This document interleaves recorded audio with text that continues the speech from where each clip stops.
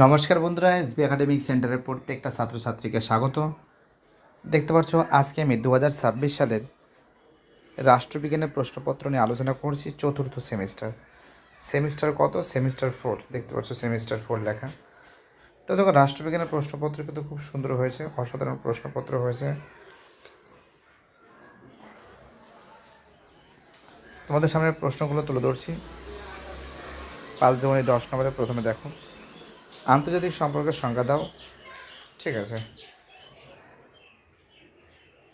খুব গুরুত্বপূর্ণ প্রশ্ন।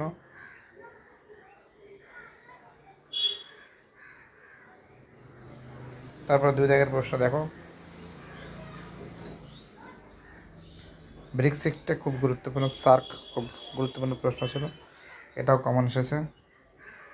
3 দাগের প্রশ্ন দেখো, বন্দি প্রতীককরণ, রাষ্ট্রপতি তার পদ কীভাবে অপসারিত হন, এটাও দিয়েছে।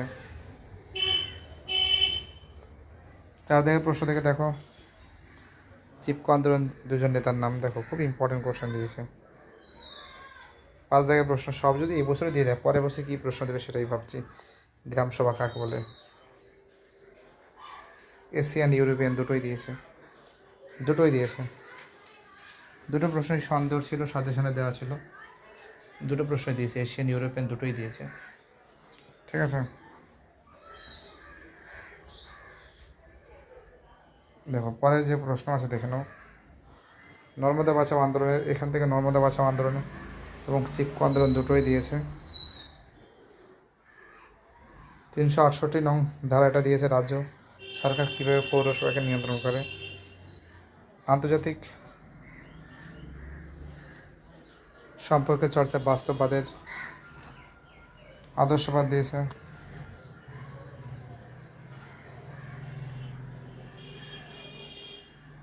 বিশ্বায়নের সংজ্ঞার মূল বৈশিষ্ট্য, বিশ্বায়নের অর্থনৈতিক দিক থেকে সম্পর্ক সমালোচনা করো, এটা দিয়েছে। ভারতের সুপ্রিম কোর্টের গঠন ও ক্ষমতা কার্যাবলী, ভারতের সংসদের দুটি কক্ষের সাংবিধানিক সম্পর্ক লেখো। তো দেখো, প্রশ্নপত্র খুব ভালো হয়েছে, বায়োডাটা সবাই ভালো থাকবে। ভিডিওটি দেখার জন্য সবাইকে অসংখ্য ধন্যবাদ জানাই।